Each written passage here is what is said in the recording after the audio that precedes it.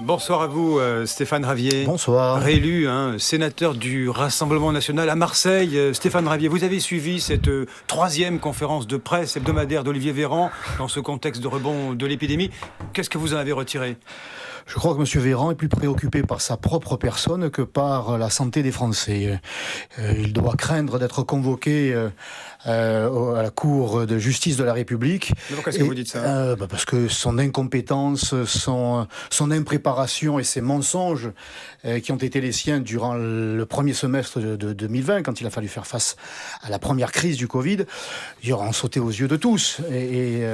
Aujourd'hui, il ouvre plus que le parapluie, il ouvre le judiciaire. Alors, il interdit, il ferme, et comme il a pu le faire à Marseille et à Aix-en-Provence, contre toutes les réalités du terrain. Tout de même, Stéphane Ravier, il y a eu des annonces. Paris qui pourrait être placé en état d'alerte maximale avec la petite couronne dès lundi, et un début d'embellie à Nice, Bordeaux et chez vous, à Marseille. Eh bien oui, à Marseille, parce que s'il nous avait écoutés, s'il avait pris connaissance de la réalité du terrain, s'il avait interrogé les élus au lieu de les mettre devant le fait accompli, en communiquant d'abord avec la presse plutôt que de consulter le terrain, eh bien nous n'en serions pas là. Il a fait fermer les bars, les brasseries, les cafés et même les restaurants, alors que ce n'était pas prévu. C'est le Canard enchaîné qui le révèle. Oui. Donc M. Véran est toujours dans l'incompétence, il est toujours dans le décalage. Parce que moi j'ai interrogé un professeur d'un grand hôpital marseillais lorsque j'ai entendu les annonces de M. Véran la semaine dernière pour Marseille. Et il m'a dit mais c'est incompréhensible. Si encore il nous l'avait dit la semaine dernière quand il y avait des entrées. Mais cette semaine il y a déjà des sorties. Constamment en décalage, constamment en retard. Alors ça donne une situation cacophonique. Et à Marseille, c'est un véritable assassinat économique auquel s'est livré M. Véran. Nombreux seront les cafetiers, les bars, les brasseries qui ne s'en remettront pas. Vous dites assassinat économique. Vous estimez, Stéphane Ravier, ce soir que le ministre de la Santé aurait dû annoncer un assouplissement du protocole à Marseille, des mesures. Les chiffres sont là, la réalité est là, les médecins les confirment. Il y a une décrue, il y a une amélioration nette de la situation, mais il est enfermé dans ses certitudes et ce qu'il ne veut pas, c'est d'être convoqué à la Cour de justice de la République. C'est ça la réalité. Vous y tenez, vous pensez que c'est sa seule motivation. Je crois qu'il a peur pour sa santé politique, M. Véran. Il y a un sursaut de l'épidémie tout de même dans ce pays, Stéphane Ravier. Jean Castex a consulté les maires des grandes métropoles, d'ailleurs la maire de Marseille, Michel Rubirola, hier, ainsi que l'Association des maires de France. Il y a une forme de retour en arrière sur la façon de procéder, co-gestion. Mais c'est toujours le rétropédalage. Madame Rubirola, le maire de Marseille, était interrogée hier, et pourtant la fermeture des bars date d'il y a 4 ou 5 jours, car ils n'ont consulté personne. Monsieur Véran, lorsqu'il affirme qu'il a consulté les élus locaux, ment. Monsieur Véran est un menteur. Et il n'a consulté aucun élu et a pris sa décision seul. Vous parlez de la semaine dernière. La semaine dernière, mais justement, la réalité, c'est qu'aujourd'hui, ça va nettement mieux, mais c'est pas parce qu'il y a eu les fermetures, c'est parce que la situation s'améliorait déjà. Nous n'avons pas eu besoin de M. Véran pour ça. Elle s'améliorait pour peut-être les mesures grâce aux mesures qui ont été prises de fermeture à 22h. Non, la réalité, c'est que ça s'est amélioré déjà, c'est que les Marseillais savent aussi être disciplinés. Nous ne sommes pas uniquement des frondeurs, bien que la situation a été compliquée cet été, puisqu'il y a eu beaucoup de touristes à Marseille, beaucoup de Marseillais qui ne sont pas partis au bled. C'est qu'il y a beaucoup de Marseillais qui partent au pays d'origine, eh bien ils n'ont pas pu partir cet été, ce qui a créé d'ailleurs des conditions d'insécurité qui ont été dénoncées.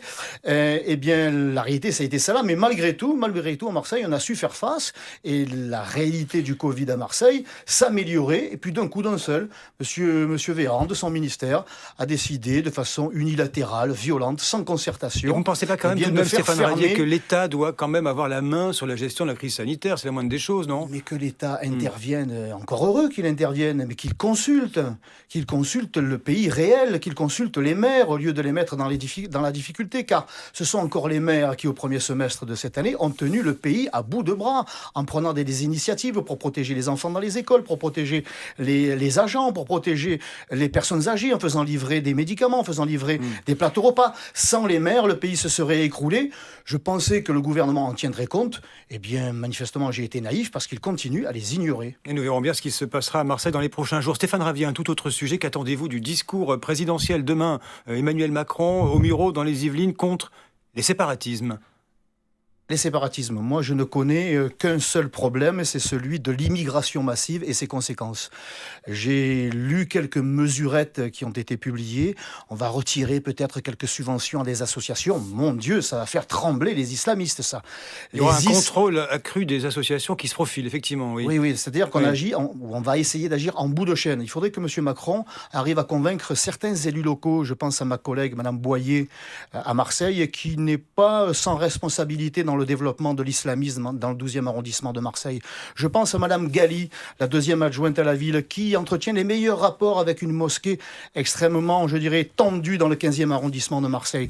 Donc il va falloir qu'il arrive à convaincre certains élus d'arrêter de jouer avec le feu. Alors justement, le projet de loi prévoit... Parce qu'ils ont des visions purement électoralistes. D'agir sur le fonctionnement des cultes avec un renforcement de la police des cultes et aller chercher justement peut-être l'islamisme radical dans certaines mosquées. Monsieur Macron voudrait essayer d'agir en bout de chaîne. Il faut agir en amont. Il faut s'attaquer à la cause. L'islamisme, le séparatisme, c'est la conséquence. La cause, c'est l'immigration massive. Pour vous liez les deux, en fait. Il n'y a pas de problème interne à ce pays de séparatisme et de... Bien sûr qu'il y a des problèmes de séparatisme islamiste. Sans l'immigration, Stéphane Ravier, ça existe sur notre sol déjà. Quand vous faites entrer dans notre pays des millions d'étrangers, ils reproduisent chez nous leur mode de vie qu'ils ont quitté là-bas. Et je dirais presque naturellement, ils finissent par imposer leur modèle, leur culte, leur tradition, leur mode de vie. Donc il faut s'attaquer d'abord à l'immigration, immigration zéro. Et en bout de chaîne, il faut pratiquer l'expulsion. Il ne faut pas des quotas d'immigration, il faut des quotas d'expulsion. Pour une protection maximale, expulsion maximale. Des imams radicaux, des djihadistes qui ont la binationalité, il faut les déchoir de leur nationalité française et les expulser. Et puis tous ceux qui créent un climat d'insécurité dans ce pays. Madame Schiappa veut expulser les délinquants violeurs. Bravo, nous la suivons. Mais il n'y a pas que les violeurs, les voleurs, les assassins, les trafiquants de drogue. Il faut rétablir l'ensemble de la sécurité dans notre pays, ce qui passe effectivement par combattre cet islamisme radical. Et je le répète, l'islamisme radical nous fait la guerre. Il faut faire la guerre à l'islamisme radical. Voilà, ce sont donc les mots, les propos de Stéphane Ravier. Je rappelle que vous êtes sénateur du Rassemblement national des Bouches-du-Rhône et merci d'avoir été l'invité du 18-50 France Info. Merci à vous.